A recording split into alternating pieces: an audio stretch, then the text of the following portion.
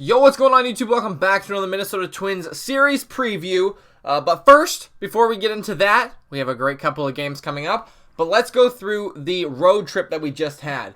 Honestly, I'm not going to lie, I think this was probably the worst road trip we've had this year. And that says a lot because we still went 6-4, and we still had some great games offensively. Our pitching was good for most of it. Let's just go through it quickly. So we started in Tampa Bay. We took the series there after losing the first one. We got spanked, but it's fine. We went to Cleveland. Obviously, that was probably the roughest series of the year. Our bullpen just fell apart in both games. You know, even though we lost to Houston and New York earlier this season, that one hurts, right? That series hurts a little bit. Obviously, we could have just pushed them way down in the standings. They got a little bit closer. A game or two? It doesn't matter. They're still not going to win the division. But it was good to at least get one in Cleveland. That's tough. But we move on. And then Detroit, we won the series.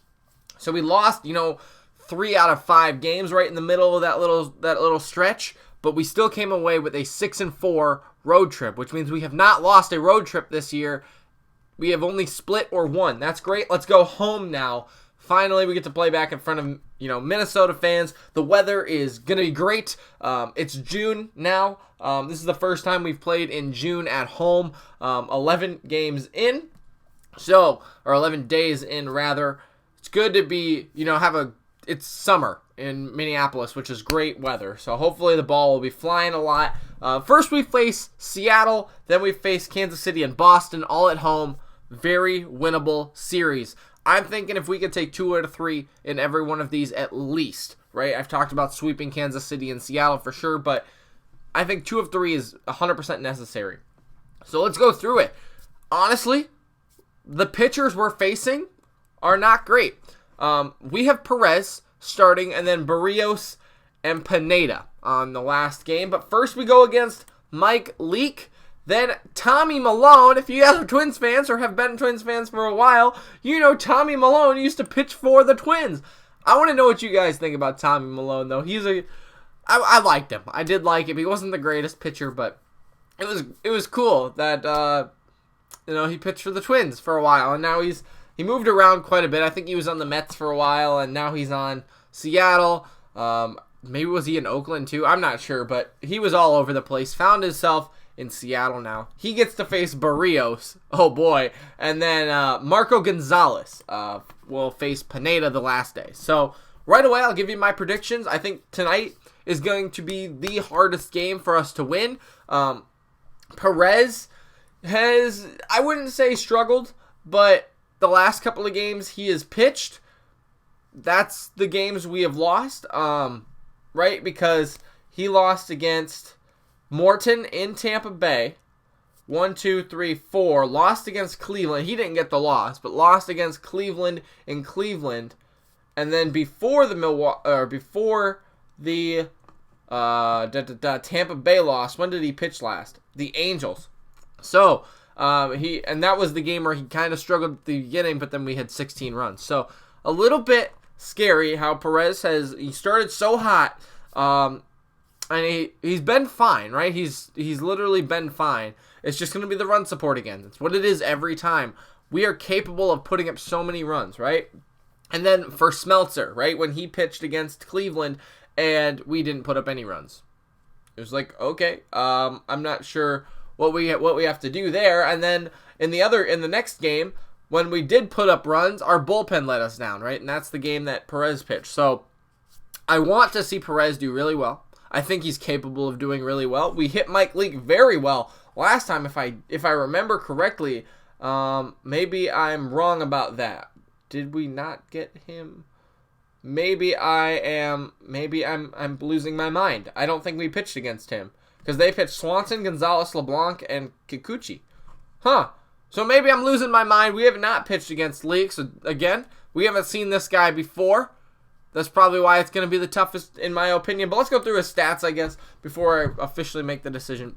I do think we'll win 2 of 3 for sure. But, I'd like to win all 3. I think a sweep is very possible. I think 2 of 3 is possible. Or 2 of 3 is likely. 3 is possible. I do think this is going to be the toughest game because one, I guess we haven't seen leak, and two, our bullpen and Perez just haven't seemed to been on the same page lately. So Leak has a 4.3 ERA, though, a 5-6 record, 56 strikeouts to his 1.2 whip. In his last couple of games, he started out the season terribly. He was absolutely terrible. Going back to April 16th, he had lost 1, 2, 3, 4, 5, 6, 7 out of his last 8. Then in his last 2 starts versus Houston and the Angels, he got wins in both of those games. He pitched a complete game, not shutout, 1 earned run in that last game against Houston. So there you go. I don't know what happened to Houston in that game, I guess. But struck out 5, walked 2, and gave up 6 hits. So it was a 6-hit shutout, or 6-hit complete game, 1-run shutout. My goodness. Did I just say a 1-run shutout? Guys, help me here. And then in his last start before that, pitched 7 innings, gave up 2 runs on 5 hits, struck out 2, did not walk anybody. So he's been capable of doing good things. The start of the season was really bad for him, just like Odorizzi, just like Gibson. So, I mean, maybe he'll show up. He's been hot lately. Perez, as we know, he's been doing great. It's not like he's bad at all. It's just the bullpen and a couple things that haven't gone his way. A 3.72 ERA, 7-2 record, 60 strikeouts, and a whip of 1.5. Very similar to what we've seen the rest of our pitchers have. You know, they've been solid in a start, then they fall apart a little bit, or they get rocked one time, and that changes the whole entire stats. So that's that game right there. Very capable of winning that game, but I do think that will be the hardest game. This one should be a walk in the park. Berrios versus Tommy Milone. Let's go through Tommy Malone's stats. He's got a 3.1 ERA this year with a 1-1 record, 20 strikeouts, and a whip of 1.08. He is a starter. I know that, but like, I don't know if they just haven't, nobody's used him, because I think his picture shows that he's on the Mets on ESPN.com, so I don't know if he just hasn't pitched at all, or if he was signed late or something like that. I think he was a free agent maybe at the beginning of the year. Anyways, it doesn't matter.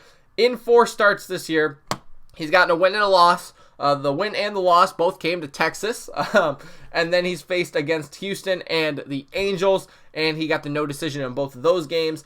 He only goes about 5 innings. Even in his last start when they lost against Houston, he went 5.1 innings with 3 hits and 1 earned run, 1 strikeout, 1 walk, and they took him out or something happened. So there you go. He just doesn't pitch a lot. It'll probably be more of a bullpen day, I would assume, for Seattle. But here's the thing. We are capable of getting to their bullpen. We rocked them 3 times when we went to Seattle. And, you know, we were scoring 11 runs, 7 runs, 18 runs, and then we scored 4, right? But we rocked them every time we went to Seattle. Malone's not the greatest pitcher. Sorry, Milone. I love ya, but you're not the greatest pitcher anymore. And Berrios, he's due for a good game. He's due for a really good game. Like last time he was out against Cleveland, pitched a really good game. Our bullpen almost let us down in that one, but, you know, it's fine. We pitched a really good game that time. He's done well against these other guys, against, you know, the White Sox. And did he pitch against Milwaukee? I don't remember. Goodness sakes, these games and work has been really messing with my head lately. But it should be a walk in the park, in my opinion. He's due for such a good game. He's gonna get a no-hitter at some point this year. He's got to, right? Or Odorizzi will. I'm not saying it's gonna be this time, and I'm not saying he's gonna pitch that well, but I'm just saying he's due for a game sort of like that, like he did against Cleveland at the very beginning of the year. So facing Tommy Milone, I don't think that should be a problem. That should be an easy win. The last game, though, Pineda versus Marco Gonzalez. This one is interesting. The reason I'm saying we're going to win this game is because Pineda has been doing well, right? You can't deny that he's been doing well lately. He's earned a little bit more respect. His numbers still aren't there. He's got a 5.34 ERA with a 4.3 win-loss record, 53 strikeouts, and a whip of 1.25. But look at his last couple of starts. In his last 4 starts, he's gotten 2 wins, 2 no decisions. He's faced Seattle and Seattle, LA and LA. He won both of those games. Granted, he got a lot of run support in that game. But then against Detroit, not single-handedly, but he won that game. He gave up 3 runs. We won 6-3. That's a close game that we won. And then in Milwaukee, when we lost 4-5, the bullpen fell apart right there as we gave up, you know, that 2-run home run or whatever to Arcia. That's what lost us that game. But he's pitched 5, 6, 6, and 7, and even going back 6 innings in that loss to Detroit that he got the no decision in. He's pitched well. He's pitched deep into games, or deep enough into games where we need him to go. And I don't think against a struggling Seattle team, he's gonna run into that problem, right? Obviously, they're a big home run team. Pineda likes to throw the ball over the middle of the plate. He's not a very flame-throwing kind of guy. He is more of a locator pitcher, but, that's fine if he can locate and they don't hit a lot of home runs, or we just out-home run hit them, And then lastly is Marco Gonzalez. We hit him very well in Minnesota, or against Minnesota last time. He went 5 innings in that game, allowed 5 earned runs, 8 hits, struck out 3, only walked 2, so we were very on top of things there. In his last game, he got the win. He is a 4.77 ERA, 6-6 record, 59 strikeouts, a whip of 1.4. In his last game against the Angels, he got the win. He went 5.2 innings, allowed 2 earned runs, struck out 5, and walked 3. But ever since he lost against the Cubs on May 1st, until June 2nd, all losses, and the New York Yankees game that he faced on May 7th, he got the no decision in. So that just tells you he was 5-0, then went 5-1, back to 5-6, and now he's at 6-6. So he has really struggled. Minnesota has seen him before. I think they'll be able to hit him again. I don't think a flip of the switch is going to happen for a struggling Seattle team. Maybe like a Perez or Berrios can flip that switch game to game and pitch well, but I don't see that happening with a team like Seattle. So realistically, this is the hardest game tonight. I think tomorrow will be an easy win, and then Sunday I hope we can win, or I guess it's Tuesday, so Thursday I hope we can win. It'll be a lot of fun though. These are games that we can win, so I hope we can go ahead and get those wins. So thank you guys for watching. Make sure to leave a like, subscribe, let me know what you guys think is going to happen in this series, and I will see you guys later.